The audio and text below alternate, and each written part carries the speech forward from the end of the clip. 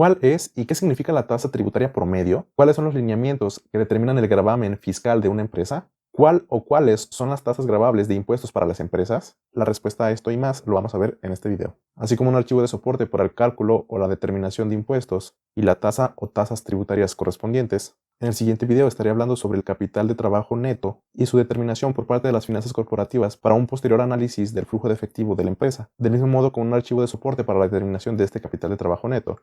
Y bueno, vamos a hablar sobre que los impuestos pueden ser la salida de efectivo más grande de una empresa. Todo depende del mercado al cual se dedique esta empresa y muchas otras variables. Y como un ejemplo de la magnitud en la cual se pueden considerar los impuestos, vamos a hablar de que en el año 2013 el total de las utilidades corporativas antes de impuestos en Estados Unidos fue de 2.170 billones de dólares. Y los impuestos sobre utilidades corporativas fueron de 474.000 millones de dólares, que es casi el 22% de las utilidades antes de impuestos.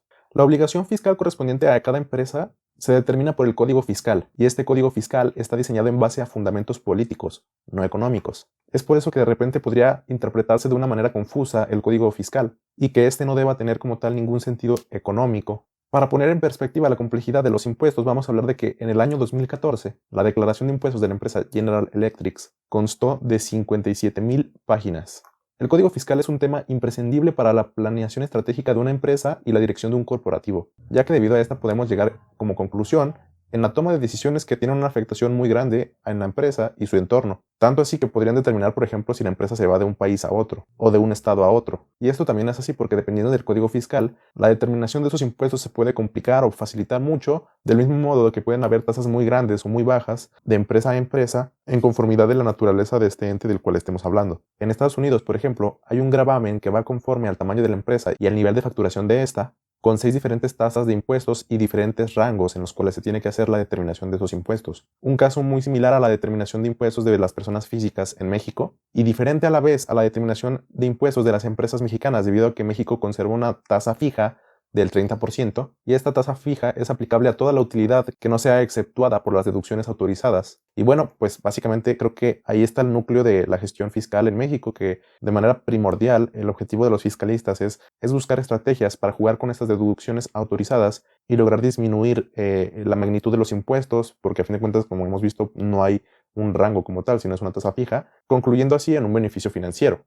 En México las empresas deben de estar haciendo pagos provisionales y estos pagos provisionales se determinan conforme a el historial que haya tenido la empresa en periodos pasados. Lo que se conoce como la tasa tributaria marginal en México se mantiene constante debido a esta tasa fija del 30% que se estipula en la ley del impuesto sobre la renta. En esta ley es en donde podemos encontrar cuáles son esas deducciones autorizadas, así como todos los lineamientos correspondientes a dicha ley. Entonces tenemos que en México pues mantenemos una tasa fija, a diferencia de otros países en los que dependiendo de la magnitud de facturación que se haya tenido en el periodo, esos impuestos y las tasas de impuestos pueden subir o bajar, como en los Estados Unidos. Las finanzas corporativas consideran como un valor relevante la tasa tributaria marginal. Esto es debido a que las decisiones que se analizan dentro de las finanzas corporativas giran en torno de la afectación a futuros flujos de efectivos, modificando también esta tasa fiscal marginal correspondiente a la empresa. Como ya vimos, en un país que mantiene una tasa fija como lo es México, esta tasa tributaria marginal se mantiene en esa constante del 30%. También se puede señalar otra tasa con cierta relevancia,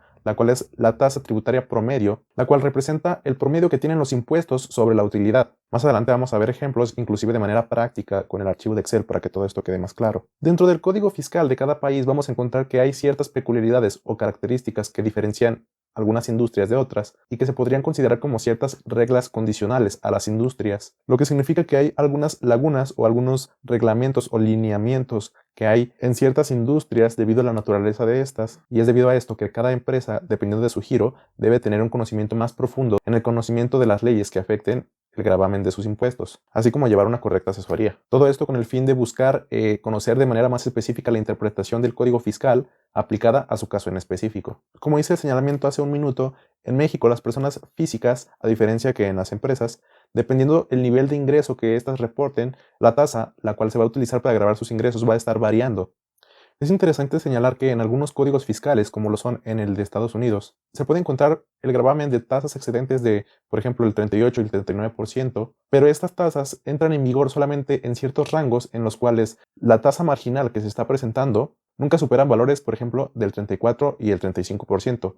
Así que estas tasas excedentes del 38 y 39% se utilizan para hacer un ajuste y mantenerse en ese punto. Enseguida vamos a ver esto de manera más práctica en el archivo de Excel. Por cierto, en temas pasados de este canal ya hemos visto temas más teóricos en cuanto a la consideración de las finanzas corporativas en las empresas y también algunos otros temas más prácticos que también incluyen archivos de Excel descargables, como lo son los del estado de resultado integral y el estado de situación financiera, y los encuentras aquí en una lista de reproducción completa, la cual tiene todos estos temas que hemos estado hablando en torno a las finanzas corporativas. Te invito a echar un vistazo, quizá encuentres algo de tu interés. Y bueno, vamos a pasar entonces a este archivo de Excel para ver esos aspectos más prácticos que estuvimos mencionando. Vamos a simular que vamos a determinar esos impuestos con el Código Fiscal de Estados Unidos de hace unos años. En el archivo mismo se pueden cambiar los rangos de afectación de las tasas tributarias, así como las mismas tasas en caso de que estemos utilizando un código fiscal o pues una ley diferente que mantenga otras tasas, pues está estructurado de manera que esos campos se pueden cambiar para adaptarse al caso específico que queramos hacer la determinación. Entonces, esto va a ser así de manera práctica, como un ejemplo, pero se puede adaptar sin problema a cualquier otra ley, como lo podría ser la determinación de impuestos de una persona física en México. La hoja ya viene direccionada para hacer todos los cálculos de manera sencilla. Entonces vamos allá. Y bueno, ya que estamos aquí en el archivo, vamos a ver un poco sobre las funcionalidades que tiene este archivo para nosotros. Y vamos a tomar en consideración, por ejemplo, que tenemos un ingreso gravable de 2.700.000. Esto, como comenté anteriormente, es en consideración a la tabla impositiva de los impuestos empresariales o de corporaciones en el 2017 en Estados Unidos. Entonces, vamos a poner un poquito aquí. Tenemos, según esta ley, estos son los niveles, los mínimos y los máximos a los cuales van a tener la tasa impositiva que está de este lado. Entonces, este va a ser como tal el gravamen que va a tener el impuesto que esté entre estas cifras, ¿no? Entonces, bueno, vamos a ver que la detección de impuestos se basa en dos partes. Primero que nada, el impuesto mínimo o la base del impuesto y la base impositiva, por ejemplo, del nivel, si tuviéramos un ingreso de entre 50.000 y 75.000, básicamente es la multiplicación de la tasa impositiva anterior con el tope máximo, el cual gravaba esta tasa impositiva, ¿no? Que sería en este caso 50.000 por el 15%. Entonces tenemos un resultado, ¿no? Esto lo vamos a ver aquí. Y bueno, a eso se le suma lo que viene siendo el excedente. Vamos aquí a ver también que se busca identificar el impuesto excedente, y el impuesto excedente básicamente es la tasa impositiva actual. Por ejemplo, en el caso que dijimos entre 50.000 y 75.000, sería el excedente de 50.000. Por ejemplo, si tenemos 50.010, pues le restamos a esos 50.010 el tope superior anterior, que era 50.000. Nos quedaría un ingreso para gravar el impuesto excedente de 10 pesos o dólares. Y esos 10 se le graba el 25%, que serían $2.5, ¿no? Por ejemplo. Entonces, bueno, vamos a ver esto un poquito más a detalle. Aquí tenemos ya como tal estructurado las bases. Dependiendo el número que está aquí, se hace el cálculo automáticamente de aquí. Y dependiendo de este cálculo también se va a hacer el cálculo de los demás índices que tenemos aquí abajo, ¿no? Por ejemplo, tenemos que el ingreso gravable es de 2.700.000. El impuesto de la operación, que sería básicamente este más este, si los selecciono los dos, vemos aquí abajo a la derecha que la suma es igual a la que está acá. La tasa tributaria marginal, se hace el cálculo automáticamente, se hace la búsqueda dependiendo del impuesto que tengamos, y la tasa tributaria promedio básicamente es sacarle el promedio de el impuesto total, que sería este, con este acá, ¿no? Entonces, bueno, vamos a hacer un cambio. Por ejemplo, digamos que en vez de 2.700.000, estoy empezando un negocio, quizá mi empresa es de limonadas, y tengo, por ejemplo, 50.000, 60.000, vamos a ponerle 60.000 de utilidad. A ver, vamos a hacer aquí este cambio.